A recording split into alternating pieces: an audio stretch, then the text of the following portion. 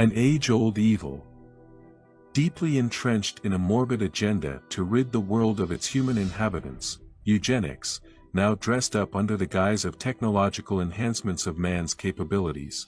New look, same old evil, same game plan. This is the endgame of transhumanism. The transhumanist agenda has been on for decades, although morphing through time under different labels, the evil agenda remains the same. In recent times, the definitions have been sugar-coated, to appeal to the unsuspecting, but a closer look by the spiritually aware, reveals more than meets the naked human eye. Who is a transhumanist? Now, a transhumanist is someone who propagates the doctrine of transhumanism, which is the term that is given to human enhancement. And this human enhancement is done through nano-biotechnological processes. Nanotechnology is the transhumanist idea of creating tiny devices that will be able to enter inside all our cells and change our DNA. This goal has led to research on DNA nanopore sequencing, nanomaterials, nanomedicine, and graphene electroneural interfaces, or GENIs. The idea of nanomanufacturing was first hypothesized in engineer Eric K. Drexler's book, Engines of Creation, which took Huxleyan directed evolution to a whole new level. The reprogramming of all matter itself. This reprogramming extends to much more than just the molecules in our genes. In fact, it could allow us to scale down the mechanical analogs of organs to the level of individual cells, where each cell is gradually replaced by equivalent nanomachines, until our very bodies become more machine than human. We are now becoming the objects of conscious design. And the implications of that are just enormous, because until now, we've been reshaping the world around us.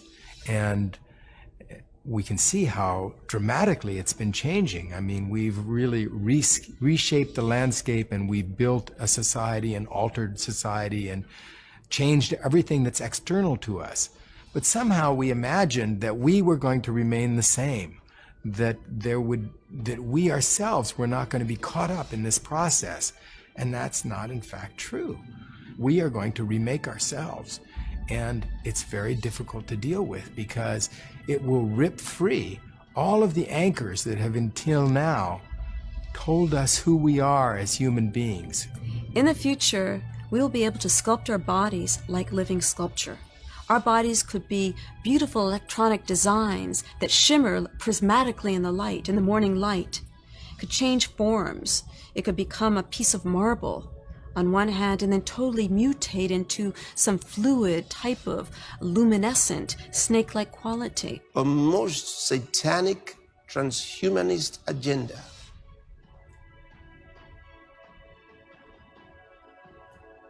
And to remind you that in transhumanism, and this is of the basest sort, the real idea is the destruction of the human species. All the human ideas will change. All human ideas will change.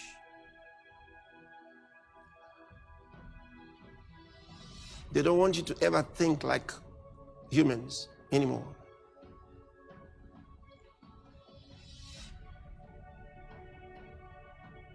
You can think like them, you can act like them, you can behave like humans. It's complete destruction of the human species. It's not that we'll destroy ourselves in some calamity. Much more likely, we will use advanced technology, biotechnology, nanotechnology, direct brain-computer interfaces to upgrade Homo sapiens into different kinds of beings beings which are different from us much more than we are different from Neanderthals. Beings which will have different bodies, different minds, different brains. I mean, the big products of the coming century will not be shoes or clothes or cars or weapons. The big product of the 21st century are going to be bodies and minds. I think increasingly we're going to start realizing that this body is not sacred. The way we are is not some kind of God-given plan. It's really a pure random accident. We take two sets of genes and we shuffle them and something comes out. Sometimes it's a wonderful product, sometimes it has a hole in the heart, sometimes it has psychosis or tendencies towards extreme anger, has addictive problems, can't concentrate, all kinds of defects. To say, oh, that's normal, that's sacred, that's good, to me is rather absurd. It's random. There's not a plan there that we're thwarting. So genetic engineering seems to me one of the most moral things we can do. When you say by means of science and technology, you're beginning to say that you can actually alter the individual's capacity. The man who can alter it and make it better, why can't he make it worse? If he knows how to make it better, it means he's also found out how to make it worse. If he chooses to. By hacking organisms, elites may gain the power to re-engineer the future of life itself. Because once you can hack something, you can usually also engineer it. Then the big political and economic question of the 21st century will be, what do we need humans for? Or at least, what do we need so many humans for? This evil agenda, which seeks to completely alter the original configuration of the human species, has been in the works for centuries. To successfully effectuate this evil agenda, a mechanism which grants direct access to the core of the human person must be employed, which in this case is a vaccine. Many years ago, an Austrian occultist by name of Rudolf Steiner predicted that a day would come when this would be actualized through the use of an injectable, already common to many. But many didn't see this coming. Rudolf Steiner in 1917, I want you to notice what he said. This was in 1917, during the First World War. Hear what he said in his lecture. In quote, "I have told you that the spirits of darkness are going to inspire their human hosts, in whom they will be dwelling, to find a vaccine that will drive all inclination towards spirituality out of people's souls when they are still very young. And this will happen in a roundabout way through the living body. Today, bodies are vaccinated against one thing and another. In future, children will be vaccinated with a substance which it will certainly be possible to produce, and this will make them immune so that they do not develop inclinations. This is foolish inclinations connected with spiritual life. Foolish here, of course, in the eyes of materialists. Do you understand what he's saying? He's saying that in the future, a vaccine will be developed and given to children to disconnect them from spirituality, so that they will have no thinking about that which is spiritual. They will live as animals, only concerned about mundane things of body life. This is the idea. How could a man from 1917 have known this? And these guys don't understand it, because these things were debated and discussed in those covens, in the course. They already had the plan when they had their meetings at the World Economic Forum, led by Klaus Schwab, who's been in transhumanism for more than 30 years. Nobody will be safe if not everybody is vaccinated. These are things that they planned, and I said the vaccine was not for health purposes. It had nothing to do with your health. The vaccine is the best way to get into your body. One of the features of this fourth industrial revolution is that it doesn't change what we are doing, but it changes us. The difference of this fourth industrial revolution is it doesn't change what you are doing, it changes you. If you take genetic editing, just as an example, it's you who are changed. And of course this has a big impact on your identity. Through the years, various nefarious attempts at hatching this evil plan have been let loose on the world. In more recent times, however, the most viable has been the deployment of the mRNA vaccines. As this vaccine makes the human genome editable. This vaccine is an injectable operating system. What does that mean? It's a software on which can run applications, just like you have in your computer. So the human body becomes a computer on which can run applications, just like you have in your computer. So the human body becomes a computer. And then through the vaccine is introduced into your body the operating system. There's a joint report from the government of the UK and Germany about transhumanism. Mm-hmm. And as you know, this is one of the agendas of the World Economic Forum. That's not hidden. It's not a conspiracy, transhumanism. And they talk about the RNA vaccines as an entry point. So when you take the vaccine, it's not the vaccine that immediately alters your DNA, but makes your DNA alterable. So you are ready to become a genetically modified human being. When a man's DNA is edited, changed, his earthly being is completely reconstructed. He's not the same man that he was. From then on, the body will no longer function the same way anymore. Medical nanobots that we inject into our bloodstream might also be able to locate our brain cells, replace them one by one, and then copy their functioning. If these nanites could take on the role of our neurons and beam the data to a far-off supercomputer, it would give us limitless software copies of our consciousness, from which more hardware copies can be made.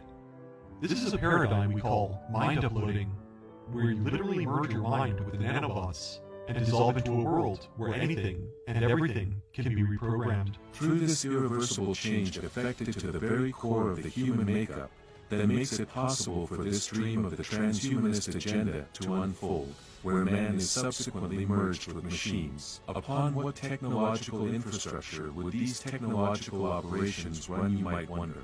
Where bodies and minds would be internet. This would be effectuated with the use of the 5G. So while the 5G promises several immense benefits, it provides the grand platform for the fusion of man and machines. An implantable hydrogel biosensor could be used in the COVID-19 vaccine, and it would, in effect, fuse with the body like a piece of nanotechnology, thereby connecting to the wireless internet, driven by 5G or the Internet of Things. The COVID vaccine transforms the body into a 5G antenna. And there is evidence that it is being used to introduce a device inside our bodies that will generate a measurable electromagnetic field, since untold numbers of vaccinated people are reporting that magnets stick to their jab site. As soon as these wireless digital platforms using 5G millimetric microwaves become active, we will be interconnected with artificial intelligence and the digital brain, which ultimately means we will stop being ourselves and turn into cyber-robot zombies who are dependent on this technology. People will literally be part of a network.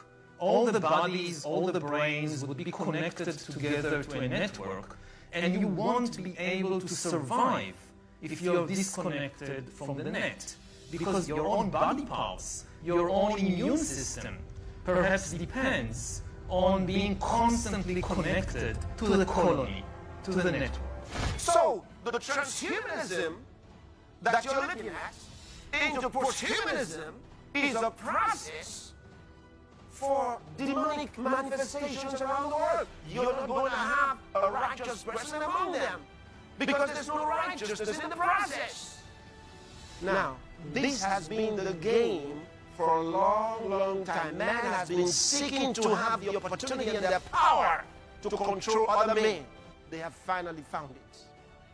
And this is the dream of Klaus Schwab of the World Economic Forum. It's been his dream for more than 30 years.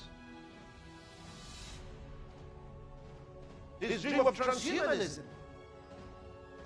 This is you're talking about those who want to carry on the dream of Zeus' relationship with Europa in producing half man, half animal. Now they call it half man, half machine.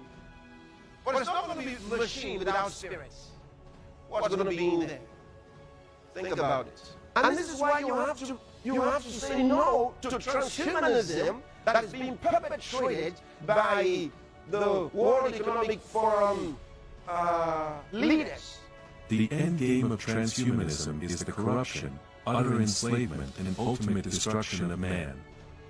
As this evil merger between man and machine is a corrosive subversion of God's creation, an evil symbolism of the relationship between Europa and Zeus. And this is one reason we pray, because many in the world have no clue.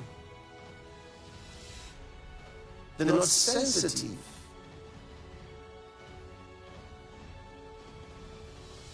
And one of the major things that the Word of God warns us of is deception. Take heed to yourselves, that your heart be not deceived, and ye turn aside, and serve other gods, and worship them.